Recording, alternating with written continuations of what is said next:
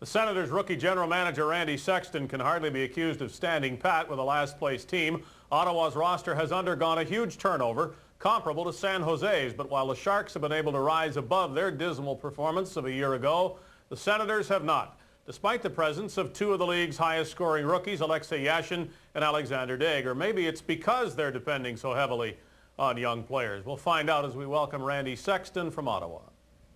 Randy, the Senators had 24 points last season, 19 halfway through this season, but I don't think that's doing you a whole lot of good in terms of keeping you or getting you to sleep at night. Well, I do sleep pretty well at night, David, but I think certainly we might be a victim of our own early season success. We get out of the chute with good success. After 15 games, we were 5-8-2. We had won 4 games on the road early on, which had taken us 39 games to do last year. So it appeared that the ship was headed in the right direction. However, we ran into a series of injuries. As our younger players tried to adapt to the NHL, they started to face what all of the veterans in the NHL have faced, and that is more scrutiny and more attention. And we've bumped along a little bit, but from a big picture point of view, I'm pleased with where we are at this point. The trade of Bob Kudelski was one that might catch some casual fans by surprise when it's your top goal scorer and your only all-star representative that you're dealing. Yet you obviously had your reasons for doing that. What are they? Well, since last summer, Dave, we've been trying to improve in a variety of areas. We've tried to get a younger team, a more physically imposing team, and we've tried to increase our skill. And I think if you look at the trade from that point of view, the rationale is there.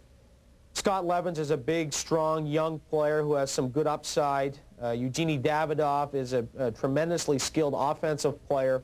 And the draft choices are there primarily to help us continue to add depth to the overall organization. Bob Kudelski did a marvelous job for us when he was here. He scored a number of goals for us.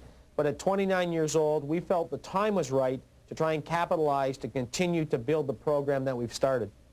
In the big picture, which you say is most important, and no one would argue with that, Alexei Yashin and Alexander Daig are two very big components. Are they suffering now long-term? Obviously, everybody's suffering at the present, but is it hurting them to be going through this? And I guess maybe Daig is really the one that you would worry about most, being the younger of the two. Well, I think it depends on how you define hurting. I believe that they're going through what most rookies do in their first season, regardless of how old they are. They have some great games and they build their confidence, and then they have some very weak games and their confidence suffers. Certainly not having enough surrounding parts around them to help boost them in these tough times, I think, is weighing on them. But I don't sense that they're headed down the tubes at all. They're very strong mentally.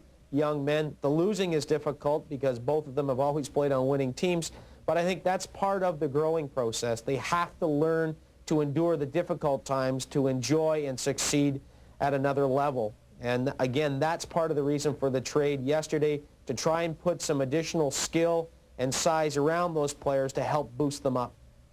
Randy, last season the Senators had San Jose for company at the bottom of the standings, and this season every other expansion team earns that label of respectability. The Senators would have trouble standing up with their hand in the air when respectable teams are being announced. Is that hurting you in terms of your image, the fact that other teams are able to do what the Senators haven't been able to do this season? Well, I think it depends on how you measure respectability and how you measure a season. To me, the season is 84 games long. At the start of the season, when we were 5-8-2, everybody was screaming, what a great turnaround. Look how well the Senators are doing. This is the quickest rebuilding job in the history of hockey, to quote the Stanley Cup winning coach. And we've fallen on some difficult times. Some of the players that we were counting on and producing early on have slipped off. We've been incredibly hard hit by injuries. Over the last 2 weeks, we've had 8 regulars out of the lineup, and the lack of depth in our organization is starting to show through. I think by the end of the season, I'm hopeful by the end of the season that as we start to get some of these injured players back, as we continue to build for the future, at the end of the 84-game schedule, most people in hockey will agree that the Ottawa Senators are respectable. Are you patient? Are the fans patient enough? Are there any big changes coming? I don't think so. I think certainly I am patient enough. I think we're blessed here in Ottawa with knowledgeable hockey fans. They get a glimpse of the future almost every night with Yashin and Daig and some of our younger players. And I think that they're patient because they understand and have accepted our philosophy and our plan, and that is to build for the future. We're lucky enough that we're in a hockey-savvy market that people don't expect us to be successful today. What they expect us to do is to show up and compete every night and to show progress. And I think if you look, last year we had 24 points. This year at the halfway mark we have 19. Together with some marvelous young players, they feel that the future is bright. We just have to continue to earn their support and earn their respect every night from now to the end of the season. Randy, thanks a lot. Good luck. My pleasure, Dave. Thank you. Last season, Craig Billington was sharing the goaltending duties in New Jersey with Chris Terreri. This season, he and rookie Darren Madeley guard the Ottawa Senators net. And if you think the colors of the uniforms are the only difference for Billington, think again. Craig is with us now from the nation's capital. Craig, a lot of people departing Maple Leaf Gardens last night were saying the same thing, that the Leafs' 6-3 win might have been 12-3 had it not been for Craig Billington. Is that any kind of consolation for you? Well, it's been pretty frustrating this year, to be quite honest, and I mean, I don't think it's much of a consolation. We need to get some points, and I don't think our performance last night deserved points, and we've got to get our team playing better, I think. The numbers say that the team was scoring a lot more goals earlier in the season and winning more games. Not necessarily enough wins, but the performance was certainly there with wins of scores like 7-6, and lately the team in the last 28 games, I believe, is scoring less than 2 goals a game. Can you say to yourself that the club's success or failure is determined by the goals at the other end that are scored or not scored, and kind of keep your head up that way, or do you have to look at what you do as being decisive in terms of whether the team wins or loses? Well, I think the success in this team is going to come from our goals against, and I think throughout the league you're seeing that, and teams that can keep their goals against down are being successful, and that's something we have to do, because we're not going to get 5 goals, 6 goals, 7 goals every night, and certainly lately we're trying to get 2 and 3. So we really need to keep our goals against down. It must have been easier, though, to play goal when the team was scoring more at the other end, if only psychologically. Yeah, at least you knew you could probably get 4 or 5, but that's a little unrealistic, too, to think you're going to get that every night. So I think you've got to take more of a realistic approach here, and we need to really concentrate in our own end and also in their end. But it's a team defense system, and that's something we need to be committed to. What was your reaction to the trade from New Jersey? The Devils are a goalie-rich organization, as Martin Brodeur is proving this season. You had every right to expect to play more games, perhaps, for Ottawa, but to see your goals against average rise, and that seems to be what's happening. How did you envision it then, and how differently do you look at it now? I think I envision it pretty much the way it is. However, now I'm actually living it, so that's a little bit different. I find it a little frustrating. I hate losing, and I think that's taken a bit of a toll on me. That's probably been the most difficult thing for me, is the amount of wins we have. Have you ever been in this situation before where, despite how well you play, the team is probably not going to win as many games as it loses? Well, I think we forget how when I was in New Jersey before. That was 8-9 years ago. They weren't that strong then, so we went through many of the same things. We had a much older club, though, and playing with guys like Mel Bridgman and Chico Resch, of course.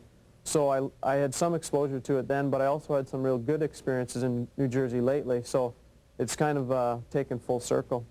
I hear some teams say when training young goalies that we don't want them to play on a junior team that wins all the time because the goaltender might not get enough shots, enough work. I don't know that they ever ask the goalie on the bad team, though, if he's liking the development under fire. Is there any positive way to look at being that busy? I think you have to look at it as playing time. I certainly love to play, and the opportunity is just a tremendous challenge here, so I look at it that way. I think, yeah, you have to look at it that way, or you're going to drive yourself a little bit crazy. So the playing time and it's the ultimate challenge, I think, because many nights you're going to have to hold your team in there. Some nights you might have to win some for them, but certainly you have to play great in order for the team to have a chance to win. Do you think some goalies are more are better equipped to handle something like this, and are you one of those goalies?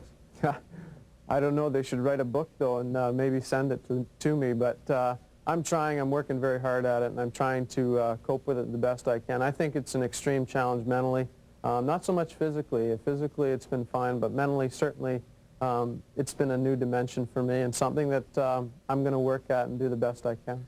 Well, we did the same interview with Peter Sidorkovich at about this time last year, so in that respect, things haven't changed for the Ottawa goalies, but for your sake and for Darren Madeley's and others in the future, let's hope they do. Thank you very much, Craig. Thanks, Dave. Next, a press box view of the Senators. We'll talk to Earl McRae, who follows the team for the Ottawa Sun. He'll join us when we return.